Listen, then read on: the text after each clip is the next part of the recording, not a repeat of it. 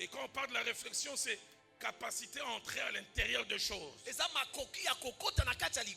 pour voir ce qu'elles contiennent. Ces trois mots réunis, Chokma, Tushia et Sophia, nous aident à définir la sagesse de deux manières. La sagesse est une connaissance profonde et équilibrée des choses. Et cette connaissance peut être soit acquise, soit inspirée. Mais deuxièmement, la sagesse est une qualité spirituelle, acquise par l'expérience ou inspirée, c'est-à-dire donnée par Dieu, qui permet de bien juger et de bien agir. 5 choses remontent quand on parle de sagesse. 1. La connaissance en quantité et en qualité. Et deuxièmement, cette connaissance n'est pas superficielle, elle est profonde. Et troisièmement, cette connaissance n'est pas bancale, elle est équilibrée. Et troisièmement, cette connaissance, elle est soit acquise par l'expérience ou reçue par révélation. Et cinquièmement, cette connaissance est appliquée. Elle influence notre façon d'être, notre façon d'agir. Nous en parlons tout à l'heure, la vraie sagesse n'est jamais théorique. Cela m'amène au dernier point de ce jour. Principe attaché à la sagesse. J'en ai 9. Le premier principe, c'est que la sagesse a toujours 2 sources. La première source est naturelle. La deuxième source est surnaturelle. La source naturelle de la sagesse, c'est la vie, les vécus, les expériences, ou les parcours.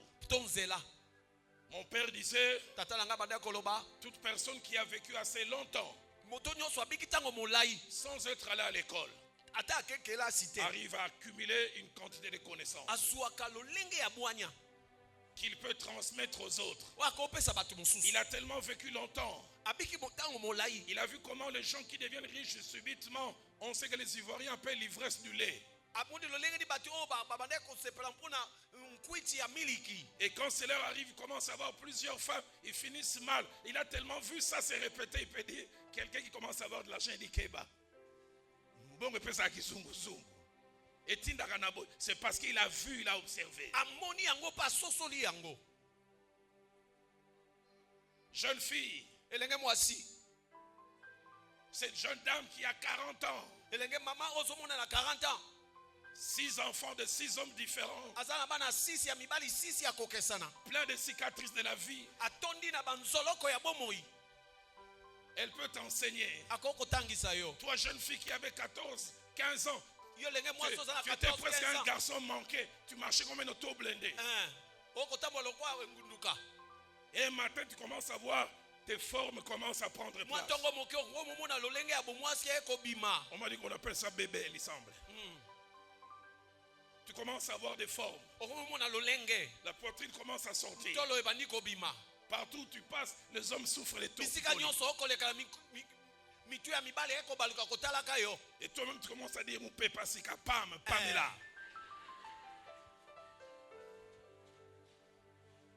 Tu commences à être dérangé par les garçons en cours de route. Ils commencent à te poser de fausses questions, mais tu connais. Il veut commencer la causerie. On dirait quelque part. Tu commences à penser que tu es le centre du monde. Celle qui a des cicatrices t'appelle et dit Maman, tanga na classe. Elle a un vécu. Si tu l'écoutes, tu t'épargnes d'être comme elle. Si tu ne l'écoutes pas, tu vas la rejoindre dans les camps des victimes et tu auras une sagesse tardive. Et la sagesse tardive, quand on a déjà des cicatrices, elle est mauvaise.